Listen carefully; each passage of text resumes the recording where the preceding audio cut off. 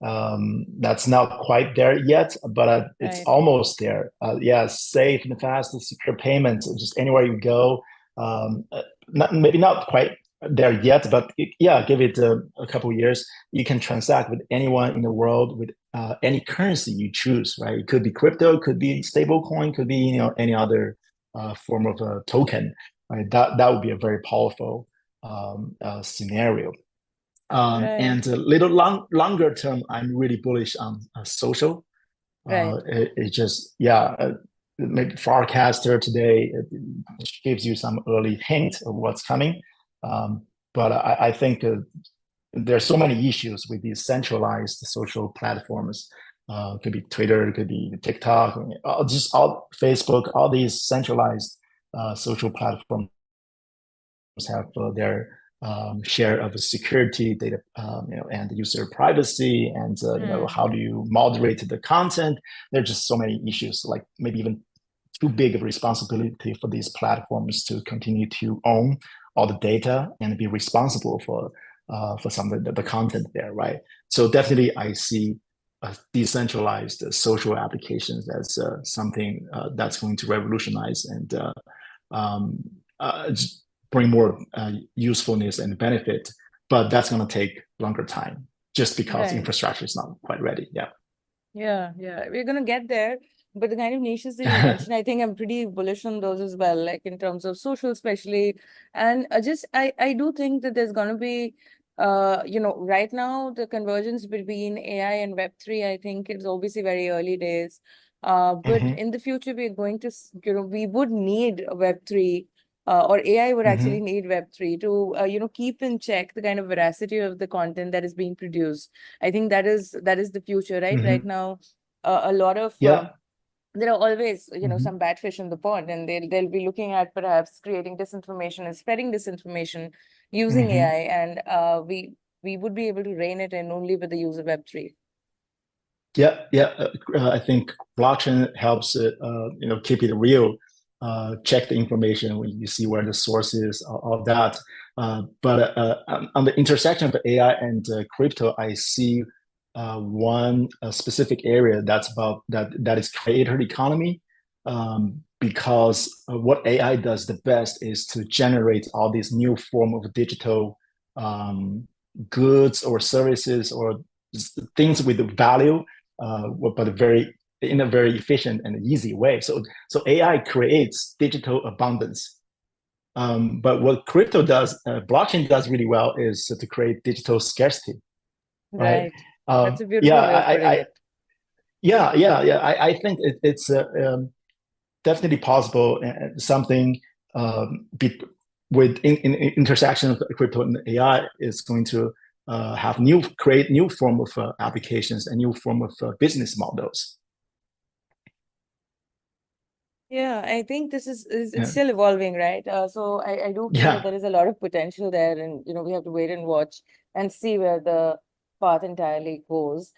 I'm really curious about the community aspect, for Mm. Artela Network, because for any kind of any chain to take off, like there is a cold start problem there, right? You need developers, you need users to be using those apps. Right.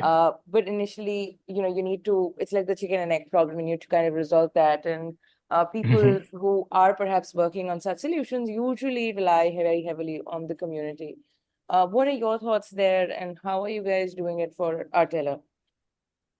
Right. Absolutely. This is actually one of the key learnings that I had transitioning from Web 2 to Web 3. Because Web 2 days, the focus was always on product and later on users, right? The product users. But Web 3 is narrative and community. uh, uh, but I think narrative will eventually become product, and the community will become the users or become the base of users, right? So in a way, it's actually the same thing. We started the building our Tala community like since about a year ago. We were able to grow that to about a couple 100,000 community members in socials, and if you take a look into do analysis, break it down, Artela community is mostly, I would say, like 70% Asia, and 30% the rest of the world. And in Asia is like East Asia, Southeast Asia, and India is also among one of the top 10 countries. So I do see the future that Asia will be the biggest growth engine for Web3, just because of the population, the demographics, and it's just the more interest for adoption for Web3. So we've been doing a lot, and we are. I mentioned our Renaissance campaign. It started 3-4 days ago. I'm happy to report we're getting close to 100,000 users Wow. already. Yeah, within first we probably will cross that by the end of the day.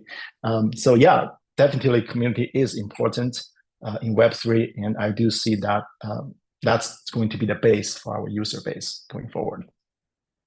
Right. So can you tell us a little about the secret sauce perhaps that you guys are deploying in order to build on this community? Are there incentives involved? How are you doing it? Yeah, it's a multi-faceted effort. Of course, incentive alignment is important, particularly in our industry, right? Web3, there's a lot of price movement. Just things is happening so fast. So we do have incentive testnet campaign, for example, to get user rewards. When we do our mainnet launch, we do want to make sure our early contributors and early adopters will share the benefit of the growth of the Artela technology, the network, right?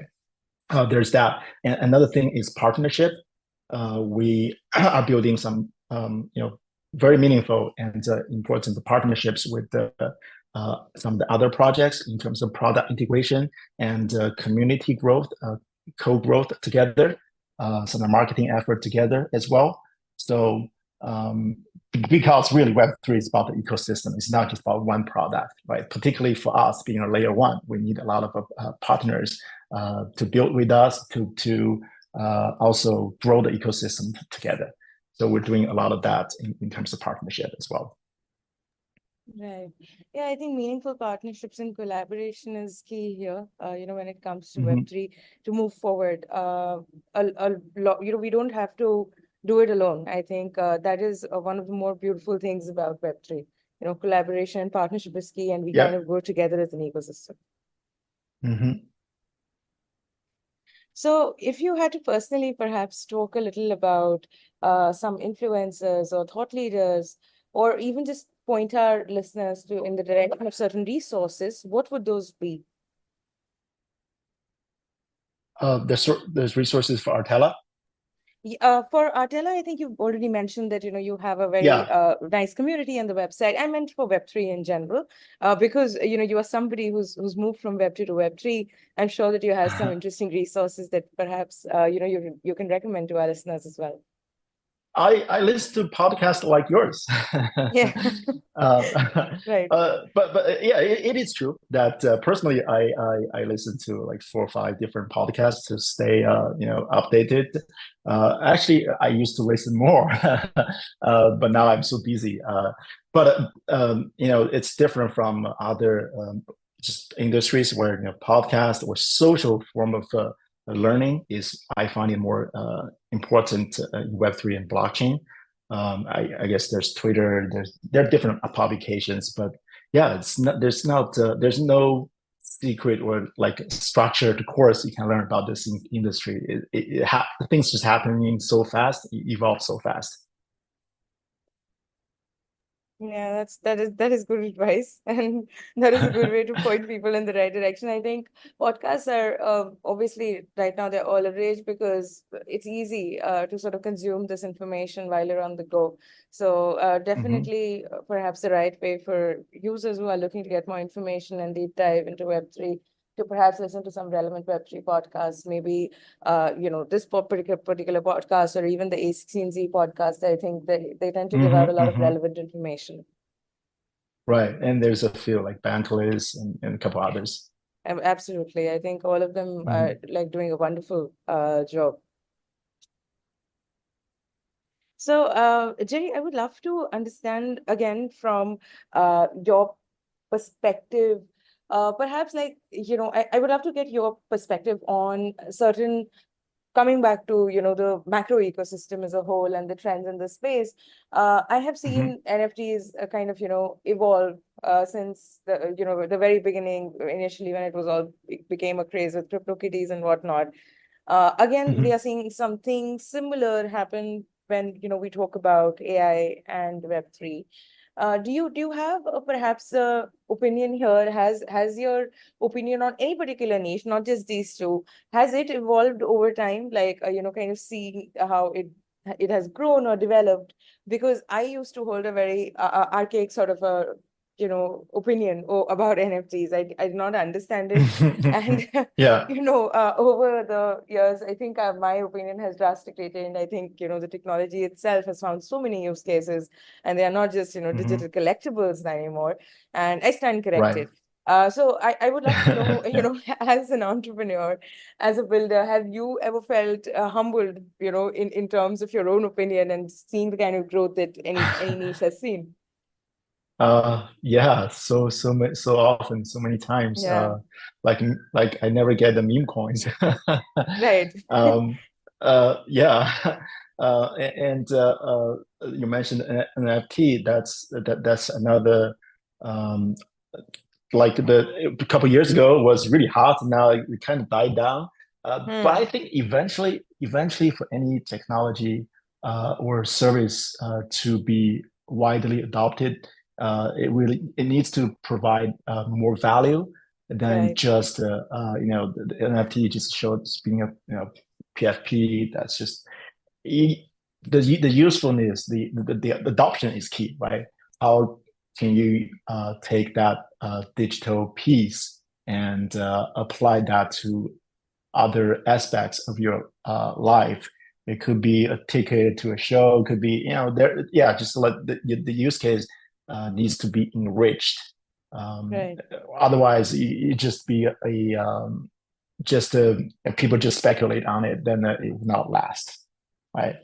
Unfortunately, that has been the phenomenon in our industry again and again, right?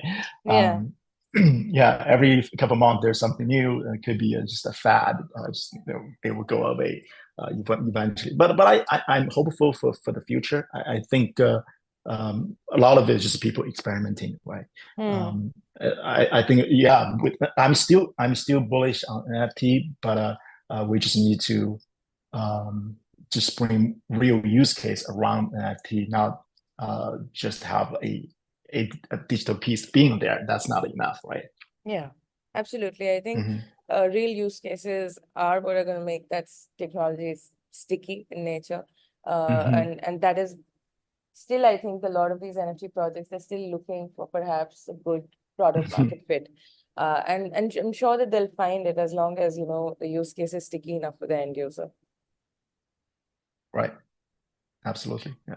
So, we are really, kind of at the end of the time that, we've allotted for the recording. But I would like to ask you two more questions before we wrap this up. I Sure. would love to, know from you and get your um, perhaps just advice and suggestions that you might have for entrepreneurs and builders who are just stepping and getting their toes wet in the Web3 ecosystem. Uh, I'm an entrepreneur myself. I'm building. I'm not sure if I'm in the best position to give advice, but I'll tell you what has worked for me and my learning. Hmm. um, I think is you don't. You, there's no best timing to start something new. If you Right. want to do something, you really believe it, Yeah. you should just take action and just get started. Don't wait for the best of time, because in Artela's case, Artela was founded just about a year and a half ago. I remember it was the day that the price of Bitcoin actually went down to 15,000. Wow. It wasn't that long ago, but that was Yeah. actually a multi-year. That was a multi-year low. Yeah. But we did not really care. We wanted, we believed we can bring something valuable to this industry and start building something for long term. So we cannot choose that time. It would be bad timing, but it actually was pretty hard for us to raise capital at the time. But we did it. Now looking back, it wasn't the worst time. If you want to do something, just get started, act on it. Yeah, that would be my advice. That's very sound advice. I think, a lot of us like there's analysis paralysis, right? You start thinking too much and you feel like, Yeah. yeah, you could feel like there's going to be an imaginary hypothetical time perhaps in the future where, conditions would be perhaps more conducive for the idea that you have or the vision that you're trying to build upon. And Mm-hmm. I totally agree with you. I think I've been an entrepreneur for more than 13, 14 years now, and I think it's complete BS, right? It never happens. Mm-hmm. You just have to do Yep. it because you can't sit down and start, really timing. I think you shouldn't time two things. You shouldn't try to time the market, and if you are Mm-hmm. an entrepreneur, you shouldn't try to time the kind of external variables that will be at play before you really put your product out there. Yep. Yep. Just act. Just do Yeah, it. just act, just do it. I think that is Yeah. supremely good Mm-hmm. advice. Now on to my last question, and this is something I ask everybody who comes on the show, because you are again somebody who's made a leap from Web 2 to Web 3, and in a spectacular way so far, and more power to you, and kudos to you for building on your vision. But if you had to perhaps again give some advice to people who are perhaps right now in Web 2 and they are intrigued by Web3, what would Mm-hmm. be your advice to them to really, you know, get into Web3, start perhaps not just building, but perhaps utilizing Web3 and start living on blockchain? Mm-hmm. Yeah, I see a lot of people like that. They are in Web 2, they work for some big tech company, but they are intrigued by what's happening in blockchain, in crypto.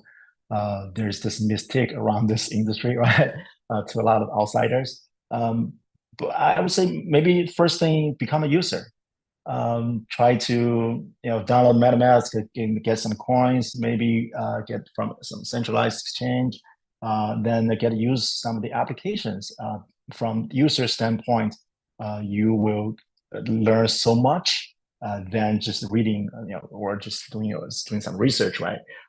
That's one thing. Just become a user. Another thing is I find the uniqueness of Web3 is the community learning, right? We talk about listening to podcasts, getting on Twitter. Crypto Twitter is Hmm. very active, right? And how do you find the community that you can learn and improve and maybe meet people? That's also important, right? You find Right. people, maybe they can become your business partner eventually.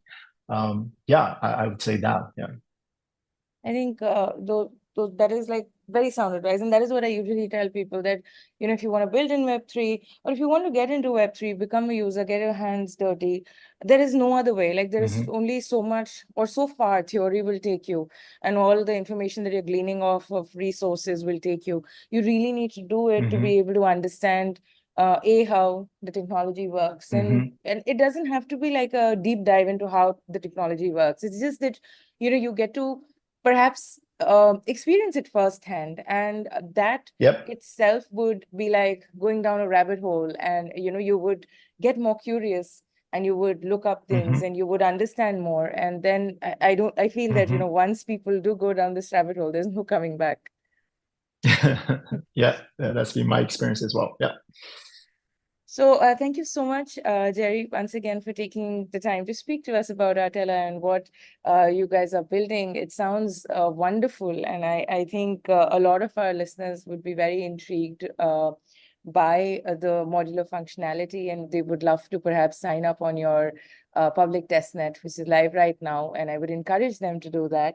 And yeah, just before we wrap this up, any parting thoughts? Yeah, Artela Network, come to our website. Also, we have Artela Network Twitter. We have a lot of new documents, new information coming out every day. I hope some of your audience can become part of our community as well. And I really enjoyed the conversation with you, Turuja.